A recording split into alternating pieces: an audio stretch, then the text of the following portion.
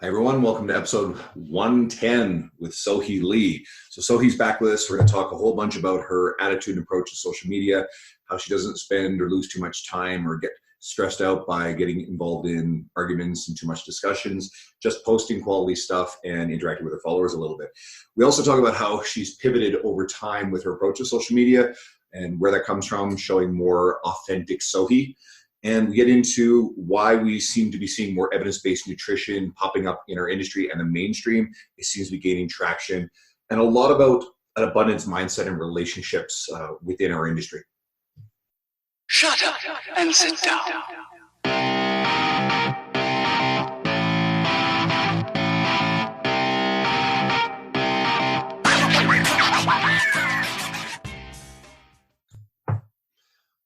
Hey everyone, welcome back to the podcast. And we're welcoming back Sohee Lee. It's her third appearance on our podcast, so she's kind enough to come and spend some time with us today. And she's coming off a rant-fueled adventure we had with her last time. And it would have been really fun if you guys had heard the conversation before we went online, but we're not going to go there. Let's see. So if you're the one person who's listening to this who's not heard of Sohee or ever listened to our previous episodes, well, she's a prolific nutrition and fitness content creator and coach. And she's backed up by an MS, a BA in human biology, and you're currently pursuing your PhD in sports science from Auckland University of Technology. So it's great to have you back. Yeah, can't believe you guys aren't sick of me yet, but not at all. Ranting didn't scare you guys away. We usually aim for those. I was gonna say we usually aim for that. We usually try to find pain points. So you're like, what's gonna trigger Sohee? Well, after last time, we figured that's the best thing because like a lot of your podcasts is like we've talked about this before, but I originally found you by listening to Physique Science Radio that you and Lane Norton did, and so I think and so of course I think that version of Sohee was probably a little bit more polite and soft and professional. Well, not for lack of professionalism, but just very poised. And it's fun to get people to speak their true thoughts, if that makes sense. Yeah. As opposed to I think probably early last year, I decided that I didn't want to be so stiff online anymore. Yeah. And even if you scroll through my social media posts from like 2.5 years ago, my persona is very different. I come off straightforward, professional, etc., but not much of my personality showing. And I was like, you know what? It's not fun. I want to be a little bit more uncensored. So I started swearing more. I started being a little more opinionated. And I'm like, this is who I am. And I guess people like it. I think there's something to be said for being authentic. And this is actually the first place we were going to go was just your use of social media. And, it's become this giant sinkhole of time. And I noticed this with a lot of our fitness industry friends or peers or whatever, that they spend a lot of time on there. They're arguing, they're in discussions that probably don't really matter or advance their careers. So you avoid those arguments. I really don't think I've ever seen you get into these discussions that way. You just tend to jump in, you surgically post something, you interact and engage with your followers fantastically. But how did you develop that, behavior, that discipline? And why do you avoid getting pulled into the industry echo chamber discussions? Do you mean with followers who disagree with you, or anyone who maybe like on other people's posts and sort of argument? Fucking politics or social stuff or all this. You mean so first of all, I avoid that stuff like the plague on purpose because one, I don't feel like that's what I don't want to be known for that, and I feel like my personal opinions on those topics are separate from my fitness brand. I also don't feel like I know enough about any of those things to have any public opinion about it.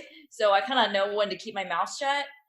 And I also feel like it's opening a can of worms. I just don't want to move in that direction. I want to focus more on the science of training and nutrition and behavior change and things like that. And that's my sole focus. And I think anything else would really just detract from it. So when I do talk about non-fitness topics, there are things like puppies,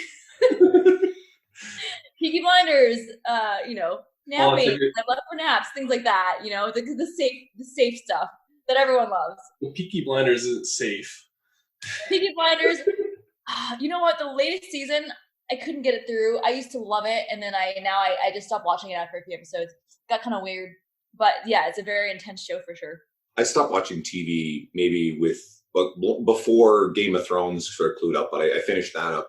That's a Cillian Murphy show, right? Peaky Blinders. Oh yes. I remember him. I first found him on 28 Days Later, the zombie movie. Oh, he was on there. And he's the guy who woke up. That's what made him famous. Is he woke up in the hospital and was wandering around like, what the hell's going on?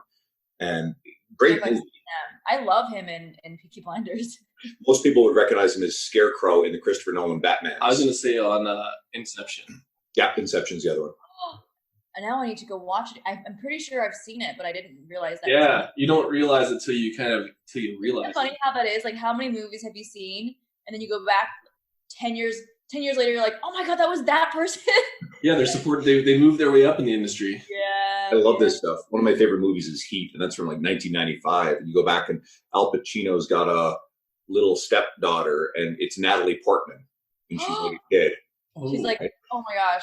And if you go in there, like there's 20 plus actors you'll recognize. You'll be like, oh my god, I can't believe that like Hank Azaria is like the guy that Val Kilmer's wife is screwing around with, or Dennis Haysbert, who was a president on 24, is the fry cook that they grab as the driver when Danny Trejo can't show up to the team, right? So you know this stuff. I just love this kind of stuff, but I guess I stopped watching. So that's actually like the same thing with these Facebook arguments and stuff. Is you almost need a PhD in this stuff to like even have an argument with people, because there's people who are like literally so good at arguing nothing. It's insane. I noticed very early on that most of these people who argue, they're not trying to learn from you, and there's nothing you can say for them to even concede one point. They can't even say, that's a fair point you bring up. Here's my response to that. They can't even do that, and all they care about is digging their heels in further. When that happens, I know it's a complete waste of time. The only time I will really respond to something, usually it's just on I will never go onto someone else's page and comment on their posts. Especially if it's another colleague in the industry. I feel like those discussions can probably happen privately if it's something that I have a serious contention with.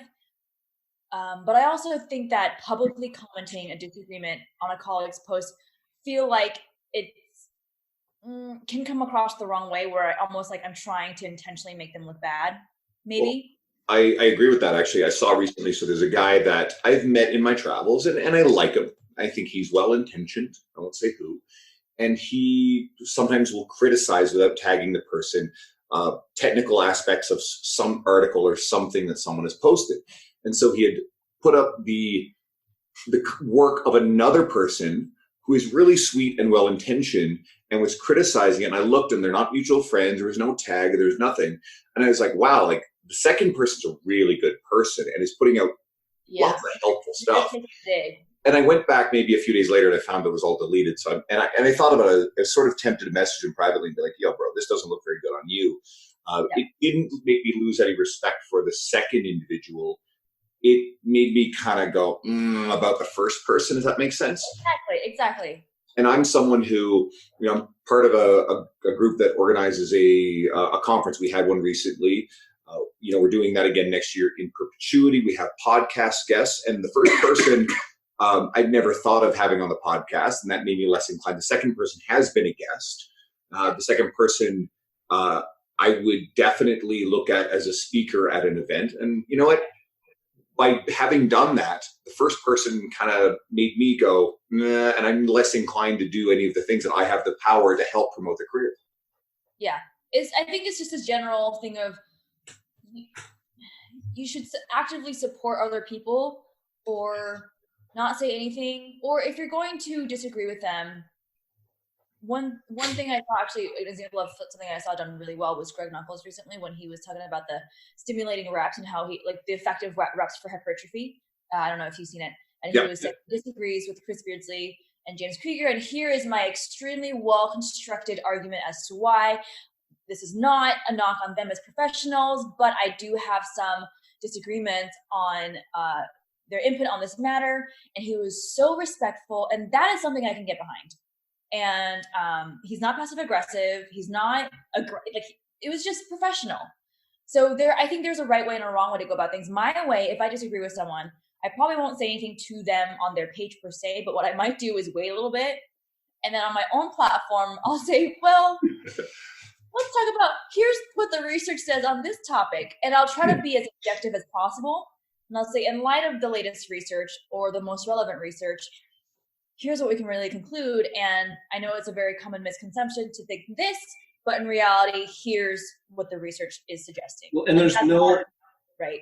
I was going to say there's no good way. I don't know. I don't think it ever comes off well if you go onto someone's post or page and start talking shit. Like there's no, even if it is well-intentioned, it like always comes off poorly. And everyone who sees it's like they start biting, like they post the popcorn gif because like that's what it looks like. Yeah. Like, they're waiting for a fight. It's only happened twice in the last, say, 6 months on my page. I probably a little less contentious than ever just because of broader reach. But someone did it just like yesterday and came off kind of as a dick. I'm just like, okay. And then someone has done it in the past not too long ago. And I'm just like, they're determined to be right. And like a whole bunch of really smart people are just kind of quietly or either responding or quietly behind the scenes going, no, man, like, Andrew, you're right. And this person is like, I think it ends up coming off more as an ego battle kind of because you're on a public forum. You don't want to back down and embarrass yourself. So you're going to want to win. Like that kind of is the general gist of how those things go. So I definitely have gotten more involved in arguments in the past, especially even on my page, especially when you bring up things like veganism, dairy, those like hot, trigger topics. And I know when I post about those topics, I'm like, okay, here we go. I already know what's going to happen. Or like protein and kidneys, even things like that. It's going to happen. So nowadays, I'll usually only respond if I feel like I can say something that will then benefit the other people who are seeing it. Absolutely. And I think your community of close friends, Lane Norton, Spencer Nadolski, you guys all do a pretty good job of taking on these issues that can become like religion, very contentious in the nutrition realm. And you get different responses. Now, Spencer's approach tends to be more making fun and highlighting. I was going to say, what shit. Part of like not, they totally start arguments. Oh, they totally start arguments, but they've got their own way. And of course, Lane just use it as fuel to, fire back. Lane's not afraid of anyone or anything. He has like no filter either, which you kind of have to admire, honestly. Yeah, I get a great kick out of when he gets loose. And I think a lot of time the trolls just very deliberately are trying to get a rise out of him. But that's also Lane's brand. He's more bombastic. He's a bit of a caricature online. So therefore, that feeds into his whole image anyway. So it's very much a part of who he is. You've got a softer approach to it. But yeah, if you're going to dabble in these issues, I think you probably better be ready with nutrition more than training, certainly. Better be ready to put the gloves on a little bit and deal with the people who are coming in talking shit or telling you to educate yourself. How often do you get told to educate yourself? Not so much anymore, but when it does, it always makes me laugh so fucking hard. Yeah, okay. I think that goes away once you get your PhD. That should like subside a little bit, you think? Because then you can just. I don't know. Maybe people will tell me I have no idea how easy it is to get a PhD. Yeah, that's actually a good one. Usually, it's like, can you believe this person has a PhD? Yeah, right. I'm like, I don't know. But yeah, it's always interesting, especially with nutrition. I know it happens with training as well, but for sure, I think more with nutrition, we find that everyone thinks that because they eat food, they're now a nutrition expert. Like that's just how it is. They're like, well, I eat, and here's what my experience. Therefore, you're wrong. And I'm like, okay, it's the very common false line of thinking of correlation equals causation, and it's almost like not even worth trying to explain that to people. So in that case, I actually do block people when I deem it appropriate, when I feel like they're not adding anything to my page. They're not here to learn. They're never going to buy from me. They're never going to support me in any capacity. All they're doing is talking shit. Why are you here? I think this actually, we can sort of touch on something that's kind of relevant to me recently. And, before we got on air, you asked me how I was doing. And anyone who's on my social media saw that I had a brief stint in the hospital. We're talking like 4 hours, nothing serious. But I think like avoiding stress at all costs is foolish because, as long as you're in control, like stress can be a really good thing. But at the same time, filtering out the things that steal our attention away from our true mission and create unnecessary and negative stress. I completely agree with the idea of blocking just the trolls and the people who are not being constructive. Yeah. Protecting your time and your sanity from Who's the guy? Who's the runner that's on Joe Rogan's? The black guy that was in the Marines, or the special ops dude. Not Goggins? Yeah, Goggins. He has this whole thing about, he's like, I'll block all the fucking trolls. So they'll like come on his site, and he literally is just like, yeah, if you're not supporting me, like, you're done. I don't even care. But like, he was ruthless about it, but it makes sense. Yeah. Yeah. And I think you should, especially if you're serious about your professional development and or your personal development, you should be extremely protective of your time. Yeah. And that's why, and I probably could be better about this, but that's why I don't really answer my DMs very much anymore. I'll try to get on comments on my posts for the first maybe 20, 30 minutes. I'll prioritize that. And then after that, I'm like, if I see something good, I'll respond to it. But otherwise, I have other stuff to do, because every day I have this long to-do list, and I feel like I'm always just trying to stay on top of it. If I get sucked into a 2-hour argument, that's 2 hours less I have to devote to like reading research, to working on a quality educational post that could help thousands and thousands of people, versus arguing with this one idiot who's not going to change his mind, It's time stolen away from your dogs. It's time stolen away from you to get to relax. Time back. So I think you have to be extremely particular about who you give your time to and who you give your energy to. And if it's kind of like, if you have someone coming into your home all the time who's just talking shit to you and making you feel bad, you probably wouldn't want to invite that person back. And yet, why are so many people so consistent in inviting these negative people into their online space and engaging with them? I certainly have said this numerous times, but I feel like anyone that I see who spends an inordinate amount of time arguing or in these discussions online, I'm not saying they're all useless, but they spend a lot of time, you constantly see the same names. And I think to myself, well, you're not busy, right? What are you doing? And I won't say who said it, but it was actually a really funny quote. And a friend of ours talked about people having struggle buddies, and these groups of people who you remember this. Yeah, they have struggle buddies. So people get in these little echo chambers, and they're either complaining about stuff or arguing about ideological things, and they form camps. And he characterizes people who are struggling, and they have their buddies to kind of struggle together.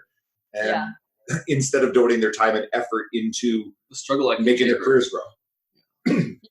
Yeah. So a few months ago, you know how we don't have to talk about too much the actual topic. I'll just say what happened. So basically, I noticed a little bit last year and a little bit earlier this year, I was getting some pushback. Anytime I'd make a nutrition post or talk about like fat loss, for example, I get pushback from some anti-diet zealot, right?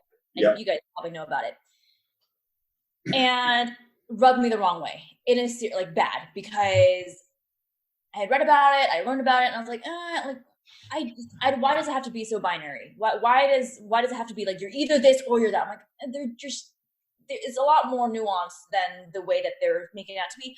So I made several posts, alluding to it, or there was one post where I used the term anti-diet directly, and that was like that triggered people bad. And I had some popular Instagrammer with 1 million followers, actually she's now dipped below that, came on, and I think she felt personally attacked because she's been on that crusade lately. And then one of her workers came on and was like, I'm just curious, have you read this book? What do you even know about this? Like, she was kind of interrogating me on my page. I didn't see it. Honestly, I think I was in the middle of flying to Toronto for my event. I didn't see it. Then she comes back and goes, "Oh, see, you're not responding. You have no," like, she was like, "Oh, your lack of response means that you have nothing to say," basically. And I think I came back and said something along the lines of, "I don't know who the fuck you are. I have this many things to do throughout the day. No offense, you are not worth my time." Like, just because that went over well. doesn't mean that you have nothing to say. You're just not worth my time. And I was trying so hard, not to be rude about it. But it's like, I don't know how to get it through to you. I'm not obligated to respond to anyone online. Actually, I'm not at all. And I have decided that you're not someone that's worth my energy. Therefore, I'm going to ignore you. And like, they take it as, "Oh, you're speechless. You're dumb." But I think making the decision to bow out of a conversation is tough, but is important. You know, you don't have to respond. You don't have to say the last word in everything. I agree with that. Every once in a while, I get into some sort of contentious thing. Usually it's on someone else's wall about something stupid. And I realize myself, shit, why did I even participate? Because maybe I was tired or just kind of on impulse did it. I'm better and better at not doing this crap. And then sure enough, someone will keep going. And I'm just like, you know what? Nah, like no one will care in a day or two. And I'm just like, I'm not going to like emotionally feel to respond to this nonsense. No, you feel so much better when you actually manage to step away from that stuff. Right. Like a week later, you won't even remember the conversation. But that's why I'm so big on just being even selective about who you follow online. I know I'm like, how do you keep up with anyone when you follow like 2,000 to 3,000 people? Jesus crikey. I only do a couple hundred, and honestly, every few months I'll go through and like update my list, because it's not that I don't like these people per se. This is my fitness, business, professional career brand. This is my work, and the more people I follow, the more time I spend on social media, and I'm not trying to do that. You know, so just something to think about. I notice the same thing with Instagram. It's like on Facebook, it's one thing. Sure, I actually value having more people you're sort of connected to, because that may be someone who turns around and messages you a month or 5 years later about being a client. But when it comes to Instagram, there's a lot of people who I don't want to say like a lot, but there's a few people I feel like I follow out of obligation more than interest. They may be friends. What they're posting is not for me. So what I'll often do is I'll make sure that, someone's a friend on Facebook, but I won't necessarily follow them on Instagram, because I try to approach my Instagram. It's a bit of fun. But now, everyone who knows Andrew, who listens to this thing, is going to go cross-reference. And you're going to know who you don't think is important. It's like, that's his structure. Oh, I see what it is. Yeah. Whoops, right? Telling the truth, but no. And again, no one should be offended by any of that sort of stuff either. It's just, there are things that I'm mostly interested in. But so this goes in that whole argument about like, call it imposter syndrome and all this shit, where like people don't want to post stuff because like they think they're going to get attacked by all these fitness professionals, when like a lot of them don't give a fuck about your post. Like, and that's just being blunt, you know what I mean? And then so they're worried about posting stuff, but like they could help their audience, but they're too worried that everyone's kind of dissecting what they're putting in it. And like you just said, like you're just doing them a courtesy half the time because you're too fucking busy to look at shit. Like, right. Well, I think imposter syndrome is interesting because I feel like it still affects even highly successful people. I still struggle with it because this year has been very good for me career-wise in terms of opportunities coming my way, things like that. And I feel like, every speaking gig that I get, for example, or especially if it's a national platform, which I did, this year, twice last year, all it does is like, it's one stepping stone up the ladder, right? That's in my mind. But I still, I love it. I love public speaking. Andrew, you've heard me speak. I enjoy it. I do, I think, well. I love teaching, but I always have these feelings of, why do they think so highly of me? So like Bill Campbell, for example, who everyone should be following, my favorite guy in the industry, professor of exercise science at University of South Florida, runs the physique science lab there. Our areas of interest and research very much align, does a lot of female physique research, diet breaks, fat loss, things like that. Anyway, he he just asked me for a formal relationship with the master's program there, and I don't know if I can divulge the details yet, but I got the email and I was like getting all emotional, and I was like, why does he think so highly of me? Why me? Like, and it's this realization, like, I don't ever take the time to enjoy my own success, where like other people might, for example, when you were to list off my accomplishments, like, here's Sohee, here's what she's done, here are her credentials, I'm sitting here like, oh my God, who's that? Oh, that's me. Like, there's this weird thing. So I think on a day-to-day basis, I don't feel like I'm on top. Like, I don't feel successful per se. I just feel like I'm putting my head down and grinding. That's really what it feels like. So then when I get these opportunities, people ask me to do these cool things, like speak at our conference, do this, like contribute to our book, give me a quote for the back cover of my next published book. Like, I'm like, are you like, like this? Am I talking to the right person? Like, that's my reaction. Even now, it's crazy. Well, like when I introed you, I mean, like I skipped over a shit ton of stuff, right? Like published author, the various programs that you've launched, this sort of stuff. Like there's so much more to it. You mentioned the imposter syndrome. This has been a hot topic recently, and I set you up to talk to my friend Carolyn McDonald on her podcast. You were the lead guest. Yeah, she's great. She loves you, and she was trying to get me to be her first guest. I'm like, Carolyn, no. I don't have the same brand recognition as some of the people we're going to rage for you. So I was like, we got to get we talked to Spencer Nadolski and had you. So you end up being the lead episode. And then I ended up being number 2. We recorded mine first because she was so nervous. She wanted the practice round.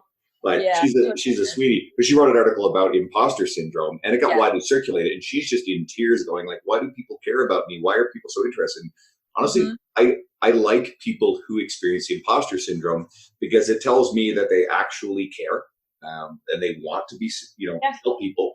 Yeah. And anyone who is so goddamn full of themselves that they think that they can do no wrong, I'm a little bit more skeptical of that person than the one who is. Obviously there's a middle ground that should be achieved here, but between the two extremes, I almost prefer imposter syndrome because it means your ego is not gotten out of control.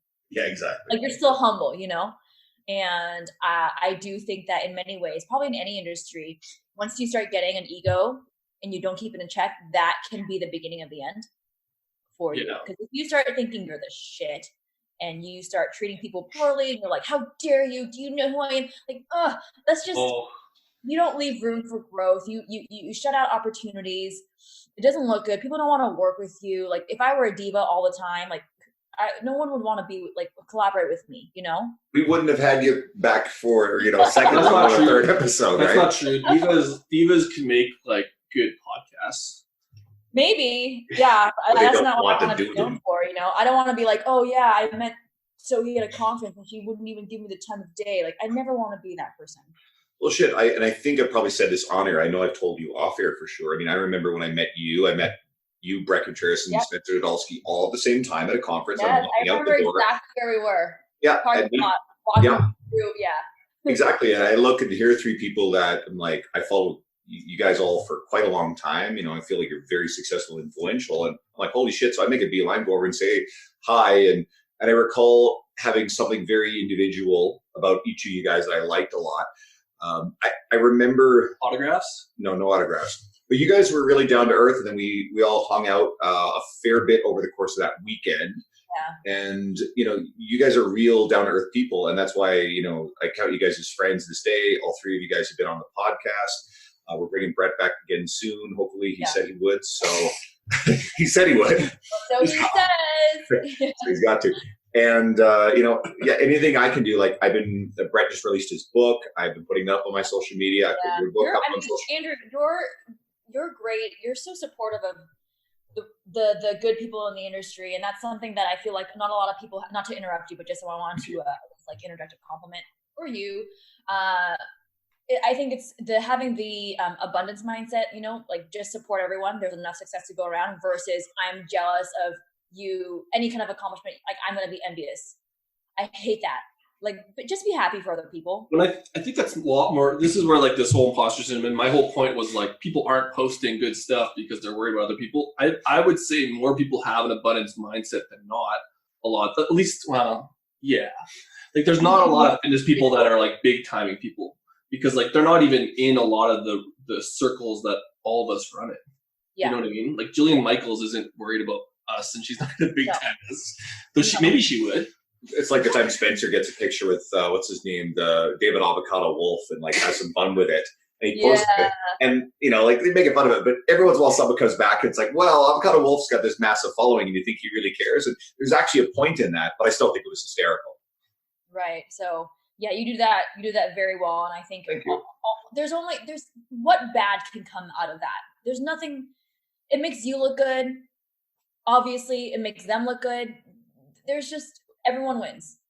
I have nothing to worry about that one of my in-person clients, which is my livelihood, that's where I make all of my money, are going to turn around and say, well, I want to go and train with this person. In fact, one of my in-person clients did ultimately go and went and spend some time with, loves Carter Good, loves Jordan Syatt, and has done online coaching with each of them. And this is an old friend I've known for 12 years. I'm glad he's really, my friend and client is really happy working with them. I got 2 clients because of Brett's episode, and they saw it shared on feed. Wow, there's an Edmonton trainer. Who the fuck is this Edmonton trainer friend of his? So they both find me. One girl finds me in a commercial gym and walks up and starts talking to me. And the other one just emails me and starts bombing me with questions. And, they both are now again doing Brett's online work because they've learned a lot and they've done a bunch of stuff in person with me to refine it. And it's not like Brett lost any business. If anything, it further reinforced it. One of them turned around and bought his book, Boot Lab book. And I feel pumping him here, but I think that's well deserved too. And it's like you said, abundance mindset. Every guest we put on this podcast, I'm comfortable sharing with anyone who wants to listen. If they want to go follow them and buy their online programs or their books, then great. Find people who resonate with you, because a large number of our podcast guests, especially you, have had a profound influence on my knowledge base and the way I approach my career in terms of professionalism. So why on earth wouldn't I want to give back? We just had, again, the event, a month ago, the Strength Symposium, and I was able to bring, Dean Somerset's one of our partners, so obviously he's up on stage. I said to him when we started this, like, hey, we want you in on this, and you're presenting. He's like, cool, I'll support him wherever. I love Lee Boyce. I've become suddenly real good buddies with him.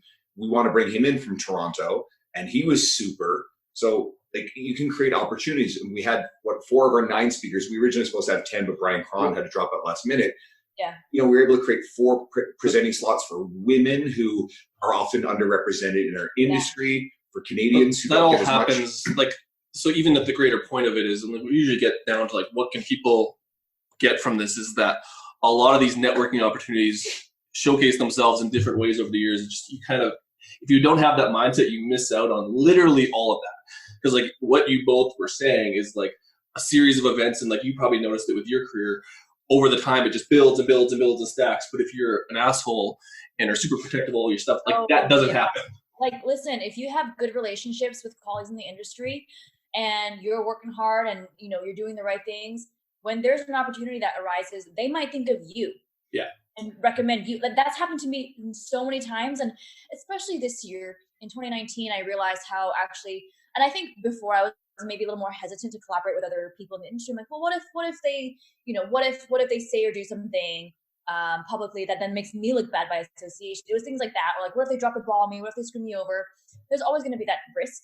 But I think there's so much more to gain in working together with other people. So I've been making a concerted effort this year to do that a lot more, especially with other women in the industry, that with my my Toronto event, for example, the event that I put on with 3 other female speakers, that was very intentional on my part. And I'm like, let's just do more of that. We need more collaboration, because all we're doing is helping each other. And there's no way. I mean, I can think of Blaine has been the most, Blaine Norton by far and above the most influential person in my career. In the beginning, as far as helping me with my credibility, putting me in the spotlight, just a little bit of a push. And that changed my whole life. And it's reflected very positively on Lane, because like we talked about earlier, I found you through Lane, and that just further reinforces, how great Lane is because of the people he has surrounded himself with. He's always been good about that, recommending, he has absolute abundance mindset. Yeah. And I will always be indebted to him. Always. And he knows that too. I every couple months. Lane, do you know how much you've changed? He's like, I know how much you love me. You tell me all the time. I'm like, you have to know this. He's probably the type to. Yeah, I'm well aware of that. The relationships absolutely matter. So isolating yourself is not the way to go. Yeah, because even if we talked about females and bringing them up and stuff, but if you're not actively putting yourself out there and having these network opportunities, those chances they don't happen as often, even if they should. It's just not how a lot of these things work. And not just meeting people online, but I'm so big on attending conferences and seminars, and mostly for the networking, honestly, or I don't even think of it as networking. I'm like, I'm going to go hang out with my friends. And I'm like, okay, I'm at a national conference. Honestly, I'll probably go to 2 talks. That's not what I'm there for necessarily. I'm there to see my colleagues, because having that in-person interaction is so much more powerful than just online or just texting or just a phone call. And that could be where I hire a new coach for my team, or I collaborate on a new research project because I'm talking to Bill Campbell about, oh my God, I want to do that too. Oh, I have these resources. Let's do it together. That's when those things happen.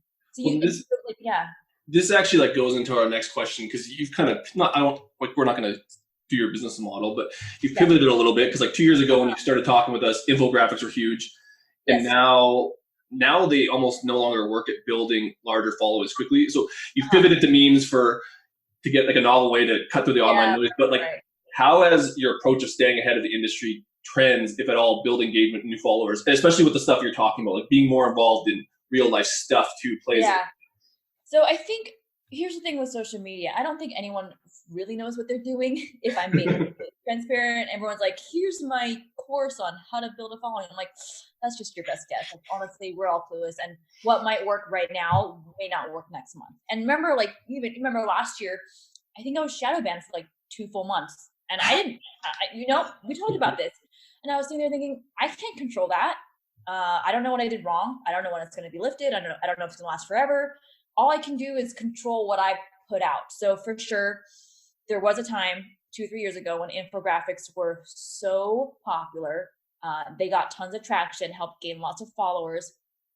And I did rely on that heavily. There came a time, however, about a little under 2 years ago when I realized infographics are great, but they're not, I don't think they're so great for branding purposes, in terms of I want myself to be associated with my brand, not just some white graph or like, some images and things like that, because that could have been anyone putting that together. But if I show more of myself, show more training videos, for example, or I have a video tutorial where I'm talking about some like how to calculate your dieting calories, and you see me talking comfortably on camera, you know that I know the topic very well if I'm able to explain to you a lot, on a video format, things like that. And so you'll notice in the past several months, I've been injecting more of myself into my branding on purpose. And I still keep up the infographics. I don't think they're dead per se. I just think the momentum has slowed down considerably, which is not a reason to stop them. I don't think you should just do only what gets traction, obviously, because I still think they're extremely helpful. But I do try to talk more about maybe like more real life stuff, more practical implication stuff, things that'll help resonate with people even more, because I noticed that people really like when they feel as though they can relate to you. That's the stuff that typically gets a lot of shares is, oh my God, she wrote this post on this topic. I've been thinking the same thing, but she said it so much better, or something along those lines, right? They're like, oh my God, yes, I've been saying this for years, share. That's one of the reasons that my post would get a share. So I try to do more of that. And for sure, there are topics that I do actively try to avoid, or if I feel like I'm not prepared or knowledgeable enough yet on a given area, I won't discuss it publicly. They'll ask me, I'm like, maybe go ask this person. That's not my area right now. But I think what's cool about like the online, or at least the entrepreneurial world, is that my kind of specific branding can shift a little bit over time, where I have a good idea of what my end mission is. I want to change the industry for the better in these ways. But the how do I get there? That's pretty flexible. And so I'm always paying attention to what are people responding to online? What do I enjoy doing? What do I feel strongly about? Because if I'm not passionate about something, I'm going to suck it. I know that about myself. Like, I'm just going to half-ass it. So I'd rather talk more about the stuff that I care about. And people the more I let myself kind of be more authentic, the more people seem to really like it. And then that translates to more sales. That translates to more seminar attendees. And the speaking, like right now, I'm now trying to push over time to more speaking engagement. So I haven't taken on a single online coaching client this year. I have 3 online coaches working for me. They are taking my trickle down people. That's on purpose, because I'm trying to free up more of my time to read research, conduct research, and talk about the research. That's what I want to do. And also the speaking engagements, something I love doing. So if I would love to get to the point where, in Toronto, we had 32 attendees, this next one in Sydney, we're going to have 70, which is our max. We're going to be fully sold out. Then next year, I'd love to maybe get 100 and just keep growing that to where I'm known as a credible speaker, female speaker in the industry, who's educational and is worth going out of your way to learn from live. So one of my small dreams is to have an event with like 400 or 500 people in attendance wanting to learn from me. That would blow my mind. And that's not about money. It's about making an impact. So that's where I want to move. That's the direction I want to move into over time. Did I answer your question? Yeah, well, like it answers a lot of things because the reason why that came up is you've seen a lot of people, like a lot of the content creators for that shit tended to pivot as well. Probably because, and this is for whoever is listening that's kind of thinking about these things, probably because they can't do those other things with an infographic. Like no one's looking at an infographic and is like, I'm going to bring this person out to speak to a women's only event because of their infographic. Yeah. Because like that's a lot of risk involved of not knowing, like you said, are they comfortable? Can they speak? Do they know their shit? Because anyone can put an infographic and pull a bit of research and type a caption. But you actually hours working on one post. Yeah. But you don't really know it that well, or exactly. It's hard. It's easy to fake, quote unquote, fake your knowledge and expertise on a topic with something like an infographic. Well, it's still happening. Like I call it like now it's like the fitness. My dog's coming in. The fitness accounts are pulling other people's infographics, and that's their following. Or they just repurpose, basically copy the content and then pretend like they wrote it. That happens a lot too. Like, I don't know, it probably happens on yours, but like I'm still, like when I was writing infographics, I was trying it and it worked really well, but I'll still get like literally once a month, there'll be like a bunch of those dudes sharing it. I'll get like 6 of them and they'll travel around. I'm like, people are still reading this shit. I was so stupid back then. Like, you know what I mean? And I think like as it evolves too, you kind of look back on your infographics and even that stuff has probably changed. Because when it was big 2 years ago, a lot of the general information was pretty, I think with what's happened in infographics is they become so ubiquitous that they no longer work as a brand identifier. Watered down. When we had you on 2 years ago, because you were one of our very first 10 guests we had, we talked with you about this, and we had Jordan Side on early, we had Carter Good on early, and we had Spencer on for a while. Yeah, and that was when it was like kind of at its heights. And in our industry, you four were kind of known as the people who were doing this stuff. Yeah. Now, everyone. I'm like, I've never heard of you, and your page is filled with nothing but infographics, but it doesn't tell me about you as a professional.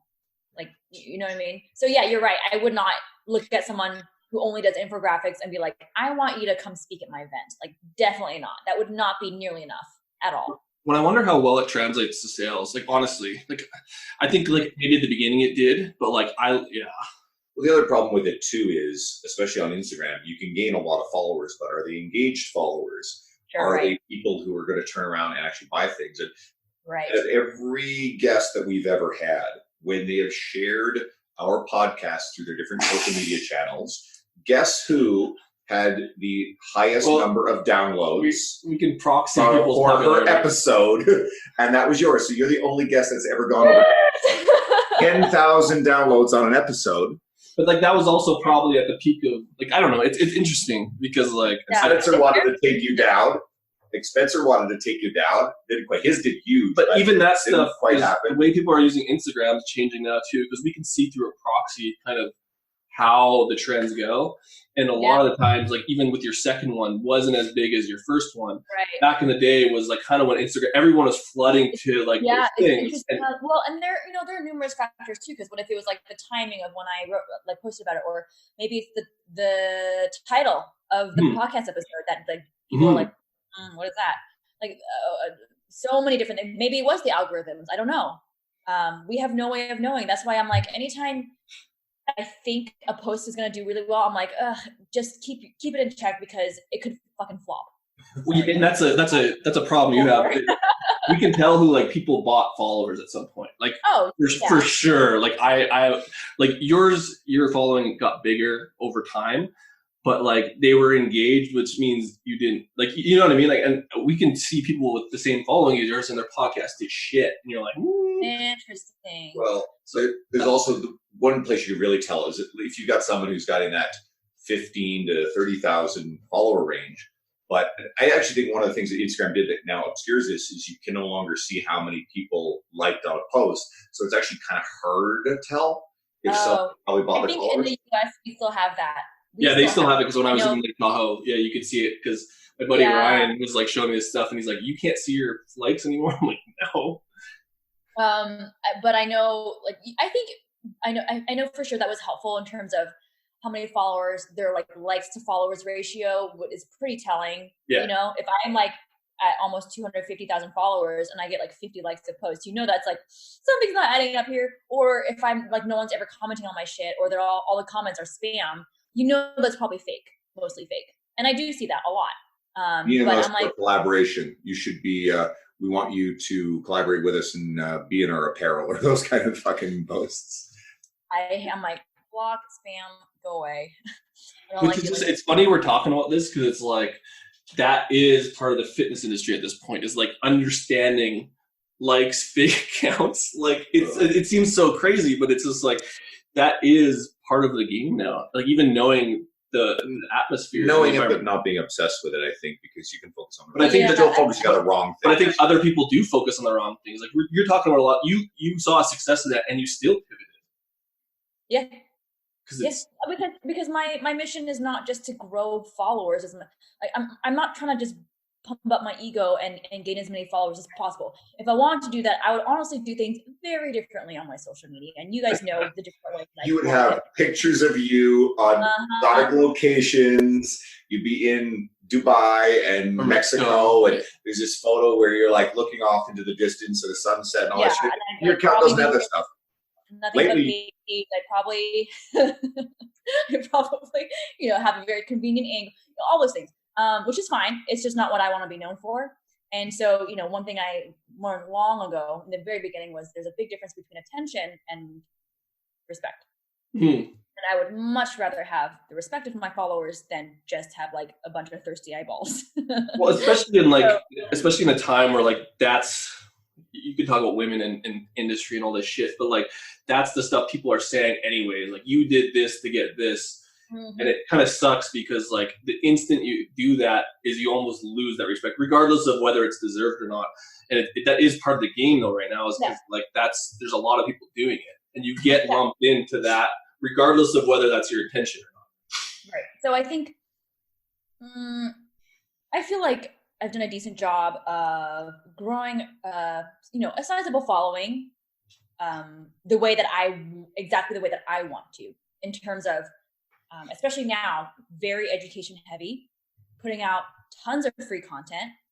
And yes, my business has continued to grow every year in light of that. And it's not, I think if I had maybe done just the infographics only, what you guys were saying, and never really showing my face or talking to the camera or anything like that, probably wouldn't have done so well business-wise financially. But I think I try to mix it up, have a good mix of everything in there. And so we kind of just wanted the trash infographics. What's that? We kind of just wanted the trash infographics. Well, I like the memes where you're making fun of either you've got your own organic memes. Yeah. Like there's one where you're two images of you, and if anybody's seen this, I know what I'm talking about, where you're looking kind of sideways, like someone influencer says current research says blah blah blah. Research, and then the current research is like the side eye. The passive aggressive memes. Yeah, but then I'm like making sure I back it up with actual research too, things like that. So that's another way to be like, oh, here's me. I have a sense of humor, but I also know what I'm talking about. So there's some of that going into it as well, right? And so, especially as a fitness professional in the industry, for me, I'm like, I think it's important to show that you walk the walk in a lot of ways too. But I can do that while still being educational at the same time. So here's me demonstrating this exercise. You can see that I look a certain way, et cetera, et cetera. Like that's the way that you can do it. And your story's full of that. For anyone who follows Sohee and actually watch Instagram story, and sometimes I find it challenging to get through everybody's Instagram story because there's so much. Yeah. Oh my gosh. And it becomes a time sink. I agree. You're constantly showing how to do exercise, and you're showing clients that you're working with doing exercise. So it's just honestly, it's building social proof. It's still multifaceted. It's funny because when stories first launched, I think it was 3 years ago, I didn't get on for about 3 or 4 months. I didn't use them at all because I was like, what would I even? My life is boring. My life is so freaking boring. All I do is work. There's nothing interesting. And then I realized, then I slowly started to leverage it more. And now I feel like I'm actually pretty good at it, where every single thing that I post is either like building social proof or like showing my workout that indirectly promotes one of my services or something like that. Or like builds my personality or whatever. There's always a reason that it can add to your brand. But of course, I know you don't want to be that person who has 50 stories a day. People hate that. Like, I'll see the dots and I'll click out right away. Yeah, There's a balance. You mean like Brett? You mean like Brett, where he's constantly resharing all of the tags? It's like, Brett, we get it. Your program builds bums. Yeah. So there are a lot of ways to interact with your followers and build your own brand utilizing the different and new features that keep coming out on social media. Interestingly, I never actually got on Snapchat. That was the one platform, like popular one, that I never even bothered trying. I don't even know how to use it.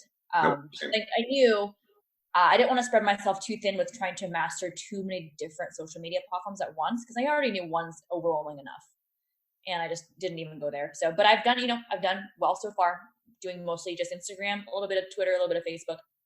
There's a new one now. It's TikTok. What? Yeah, I've heard of that. I don't really know what it is. Yeah, I don't really know what it is either, but I heard it's the next big thing. So if you get big on that, I'll take credit for it. I'll see. I'm not that interested right now, but I don't know. Like I swear, like that's the next big thing. Never heard of it. Yeah, so. it's the but yeah. What I do love about social media, and I know it can be so frustrating for so many people, is one, I've met some of my closest friends through social media. Kind of a cool thing, right?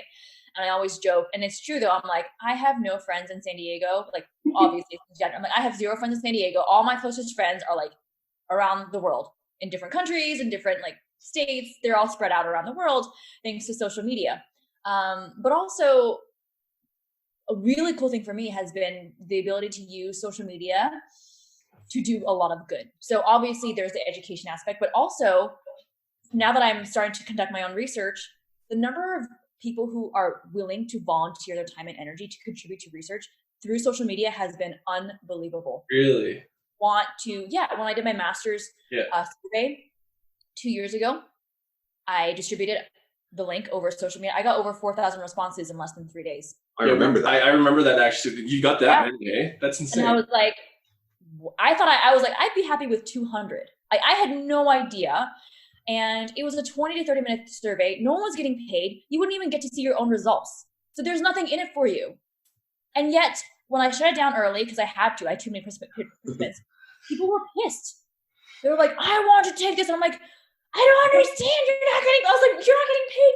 But I think it's like they want to give back. It's this idea. So that has been really uplifting. And even now with my new research, I'm doing a back extension EMG research study here locally, with participants have to come into the lab. So that's even more time out of their day. The response has been overwhelming, the number of people who want to be a volunteer for the study. So that's the stuff I'm like, man, social media can really be used for a lot of good. And that's the stuff we should be doing. You should start training scientists how to use social media. For real, like, cause like that is like and not, you shouldn't actually train people. Like maybe you want to, but like that's a huge in, because getting people to research is hard. And then I'm going to be facetious to say you could become the business social media business coach for the scientists. You know what? I was talking to Eric Helms the other month, and he just said this in passing.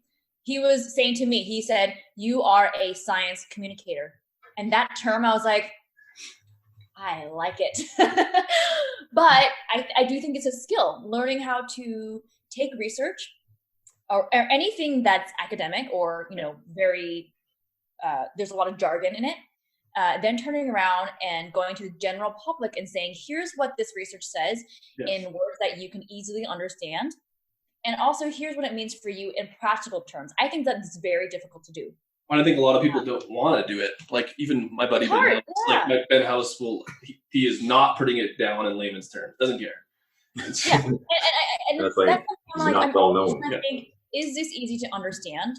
That's always my goal. Can anyone understand this? Because if I have the most brilliant, life-changing research paper, but no one knows what I'm saying, that's not helping anyone. So this actually goes into a question we wanted to ask, and I'll sort of say this is, your community of friends we've talked about, yourself, Lane, Spencer Nadolski, you guys are some of the best in the industry at taking research-based, evidence-based information and getting it out into the mainstream in an accessible form. And like we said, that's a good skill. So, but it also seems like evidence-based nutrition information, it's being more accepted, more shared broadly in the fitness industry and with consumers. And I was wondering if, what you felt was behind this. It's obviously a positive trend. And then we maybe can touch on if there's anything that's sort of troubling you within the industry, but that's a separate question. So. You mean in terms of the evidence-based information? Like, why is it being cool? Why do people think it's cool now? Like, are starting to think. Oh, it's cool. Okay, I gotcha. I think there's you know what? I sensed this in college too, because I went to Stanford, and it's a, obviously it's one of the very highly prestigious universities, my dream school for a long time, etc. And I noticed there was a very interesting trend where it was very popular to call yourself a nerd. It was like you wanted to be a nerd. And especially with like athletes and stuff. And, Stanford athletics does very well. So they were very proud of the fact that they dominate in athletics and academics. So they would use this term, this hashtag, revenge of the nerds.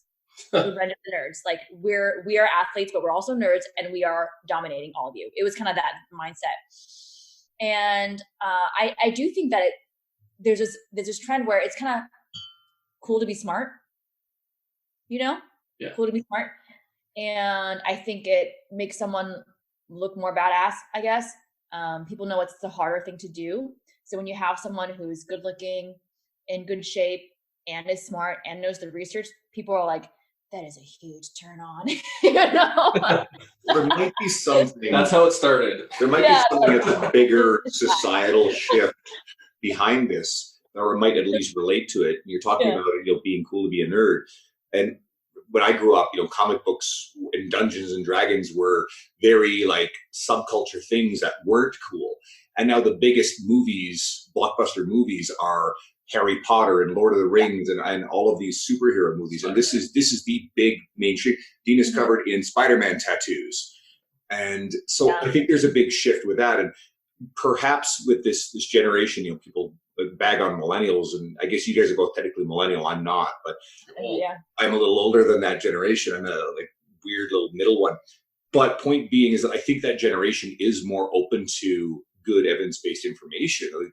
That's a theory I have.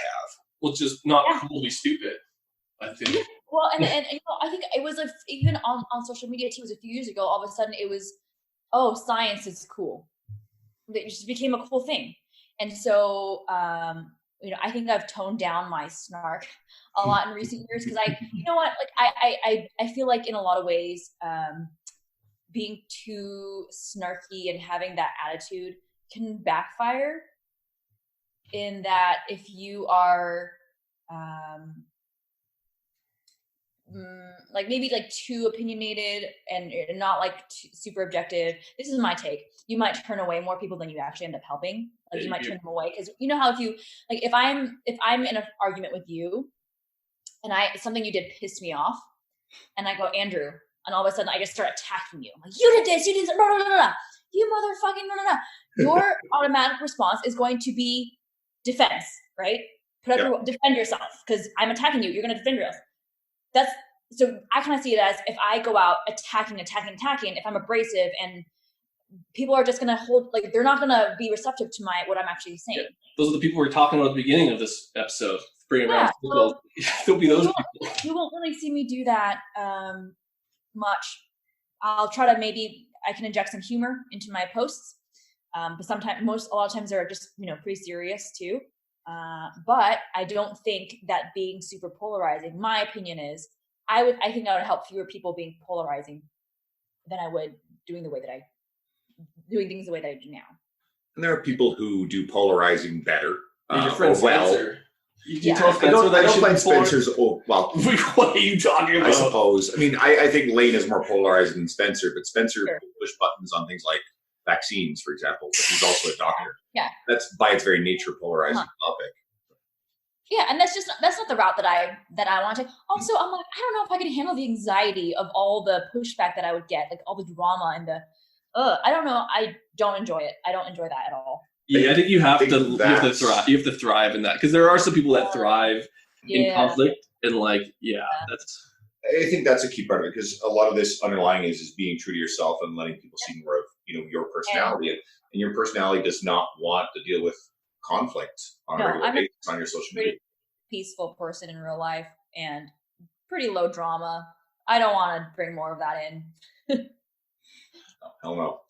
Give her the book one, because no one can see Sohee, but there's no books in her bookcase, so we're gonna assume she doesn't read. But just move. It's like, but like we that's another thing. So we talk about proxy of people's followers. We also like know people's bookcases. And yours is definitely the emptiest one. So, yeah. God, I'm trying to remember who it was, had like stacks upon stacks of books that they just collect them and they don't end up reading them. Do you remember which guest that was? Shit. It's lost on me. Brian was one of them, but there's a few.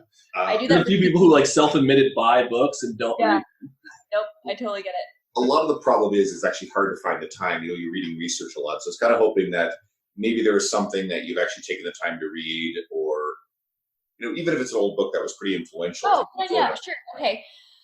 Probably more recently, I love, and I think you posted about this too, Andrew, I love Atomic Habits by James Clear. Yeah, and you know what's funny is he and I Skyped 5 years ago in 2014 when we were both in the very beginning of our careers, like very like fetus beginnings.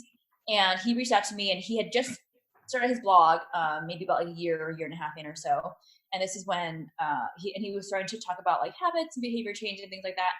And he reached out to me, we Skyped, we just chatted just to connect, and then it's been really cool to see a few years later, he now has a, major published book on habits. So I did read most of that, was very insightful. I love it because you guys know I love talking about habits and behavior change. I think that's a huge underappreciated component in the health and fitness industry, and probably the missing and most misunderstood key to lasting change.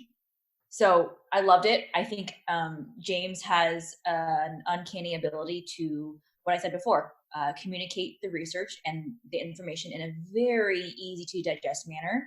That is huge. And like, if you can incorporate different anecdotes to help illustrate your point, more power to you. Does a great job of that. So I know the book's doing really, really well. He sent me a copy.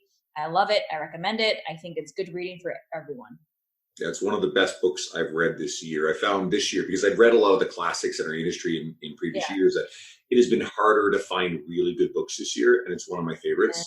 Yeah. Well, another thing that's really cool too is when I first met you, he was there at that conference as well. So he was there hanging out. Right. So got to meet him. And he's just a quiet, nice, unassuming guy. There's not a shred of ego in him, and really polite and pleasant. We had to originally schedule him for the podcast, but just he's been so busy, everything's blown up with him, that we hadn't been able to make their schedule work. 10 million copies or the At some point or other, when it calms down a bit, I'll reach back out to him. I mean, honestly, good for him. As a side note, what I will say about him, I think he's a great example of someone who can achieve resounding success simply by being very consistent with what you do. And that's I always say that's one of my keys to long-term career success, especially in this kind of industry, is can you be consistent, not just for a few months, but year after year after year after year after year? Because even if you think back to 5 years ago, the people who were popular 5 years ago in the industry have mostly faded away at this point, because they kind of putter out. They're not consistent. They become complacent, or they burn out, or they honestly didn't love this in the first place, so they lose interest. Any combination of those things. And I so admire people who 10 years in, they're still doing the same thing. 15 years in, they're doing the same thing. And those are the people who I feel like they rise up, honestly, because they are consistent when others are not. And James does that very well. I think that's actually one of the things that, for me, and I think maybe other trainers will relate to this too, is I probably struggle to be consistent with, my social media posting, and you rattle around your brain and say, well, it's hard. It is hard. Really hard, and you make certain excuses with it. So it's something that I'm conscious of and trying to do a little bit more with. And sometimes you feel like, it's fucking social media posting. But you're right. It is an important part of getting yourself out there. And the more we get ourselves out there, the more people we can positively influence if they're in your case, they're following your everyday information on your social media, or they're buying your books, or your programs, your macro coaching, Right. going to one of your seminars. There's a lot of ways that people can absorb more Sohee. So speaking of absorbing more, where's the best place to find you now? I'm sure it's the same, but like yeah, for sure. So very simple. Everything online for me is Sohee Fit, SOHEEFIT. I am most active on Instagram. However, I can't promise that I'll respond to your DMs because I've admittedly intentionally pulled back on those because I'm trying to protect my time. If you have a serious inquiry or question, please use the contact form on my website, soheefit.com, and either myself or one of my helpers will get back to you. Twitter, Facebook, Sohee Fit, everything is Sohee Fit. Just don't find me on Snapchat because I'm not there. And TikTok. You're not on TikTok. Yeah, you are. You said you got it. Huh? You didn't get it. No. Okay. Well, guys, again, we feel really lucky to be able to get Sohee back. As you can tell from listening to this episode, she's busy. She's got a lot going on, and I'm excited to see what. That's what's important. Yeah, and we really appreciate it. Again, and as you said, there's a reason why I continuously share and post the stuff that you're doing, because you're someone that I think brings incredible value to our industry. Not go unnoticed. Yeah. And so, guys, thanks for listening. If you haven't already been following Sohee, go follow her work, and stay tuned for next week. Yeah. Easy. Shut up and sit down.